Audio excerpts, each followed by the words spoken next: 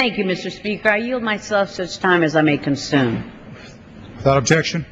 I thank the gentleman. I strongly support the policy objectives of Senate Bill 1067, the Lord's Resistance Army Disarmament and Northern Uganda Recovery Act. For nearly 27 years, the Lord's Resistance Army, LRA, has been terrorizing civilians, leaving a trail of death and despondency in its wake.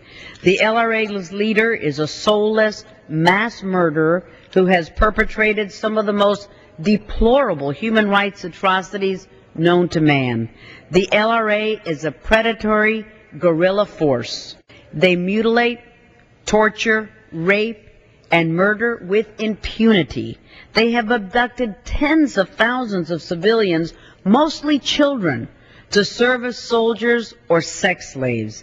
Abducted children are forced to the front lines, and those who manage to escape find it difficult, if not impossible, to return home after being forced to commit atrocities in front of their very own families. While the LRA has withdrawn from northern Uganda and security conditions there have improved, it continues to wreak havoc on neighboring southern Sudan, the Democratic Republic of the Congo, and the Central African Republic. Recent reports indicate that rather than being weakened, the LRA today is stronger and strategically more sophisticated than it was just last year.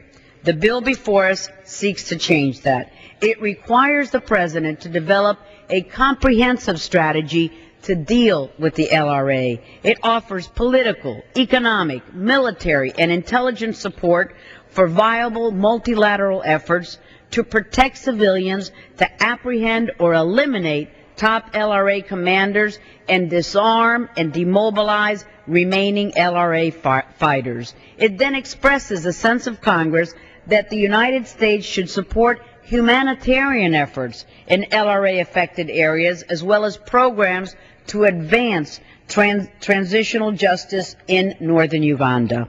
I appreciate the Chairman's efforts to ensure that this language does not represent an earmark in funding, which would conflict with Republican members' commitment to the American taxpayer to exercise fiscal restraint and discipline. I also appreciate that the bill conditions future assistance to the government of Uganda upon transparency and a substantial commitment of Uganda's own resources to support reconstruction efforts in the north. Mr. Speaker, the UN Office for Humanitarian Affairs has said that this conflict is, quote, characterized by a level of cruelty seldom seen, and few conflicts rival it for its sheer brutality, end quote. Even so, it remains one of the most overlooked humanitarian and human rights crises in the world today.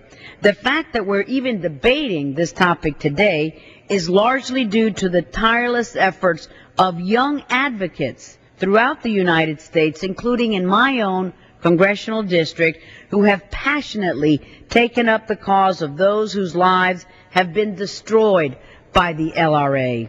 I urge my colleagues to join them in supporting the objectives of this important bill